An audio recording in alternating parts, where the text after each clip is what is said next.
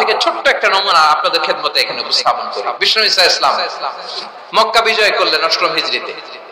মক্কা বিজয় শেষের দিনই কয়েক সপ্তাহ মক্কাতে অবস্থান করলেন। ইন দ্য মিন টাইম মক্কার একটা ভেরি প্রেস্টিজিয়াস এন্ড ডিগনিফাইড ফ্যামিলির নারী চুরিতে ধরা পড়ল। কিসে ধরা পড়ল? আমাদের সমাজে আসেনি এটা? আছে? ছোট না বড়? হিসাব করে শেষ করা যায় না।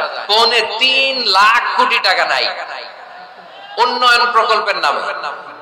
৩.৫ লাখ কোটি টাকা লিখতে পারবেন আপনি? একটা লিখতে পারবেন? বুঝতেছেন কত বড় সংখ্যা?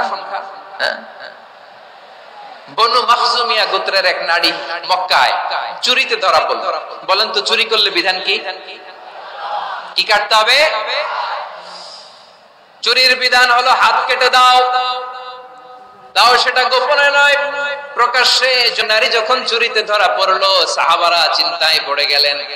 সবে মাত্র মক্কার লোকেরা কালিমা পড়ে মুসলমান হয়েছে, ইসলামের আইন কানুন তেমন জানে না, ইসলামী শরিয়ার সাথে বেশি পরিচিত নয়। এখন যদি বিশ্বনবী চুরির যেই বিধান এটা যদি কায়েম করে হাত যদি কেটে দেয়, না জানি মক্কার লোকেরা আবার বিগড়ে যায়।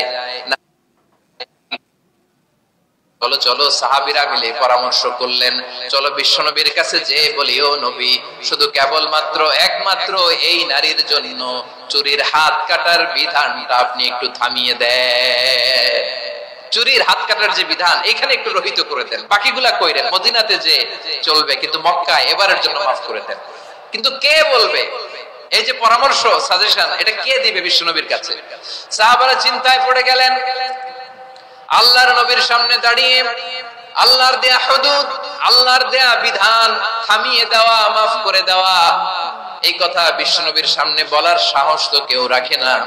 কেউ কেউ বলল, বিশ্বনবীর পালক পুত্র যায়েদ বিন হারেসার সন্তান উসামারে বিশ্বনবী নাতির মতো আদর করে, বড্ড বেশি ভালোবাসে উসামারে। এজন্য সাহাবারা উসামাকে বলতো হিব্বু রাসূলিল্লাহ, বিশ্বনবীর ভালোবাসা। কি বলতো? সাহাবীরা বললেন, বিশ্বনবীর ভালোবাসা হিব্বু রাসূলিল্লাহ, উসামারে পাঠাও। উসামারে বিশ্বনবী নাতির মতো স্নেহ করে, মায়া করে, ভালোবাসে। আমরা পারবো না, উসামা পারবে। সবাই মিলে ফুলিয়ে ফুসিয়ে উসামাকে, ছোট্ট উসামাকে রাজি করালো। উসামা এমন এমন কথা যে তুমি বিশ্বনবীর কাছে বলতে হবে, পারবা নাকি? উসামা বলে, পারবো।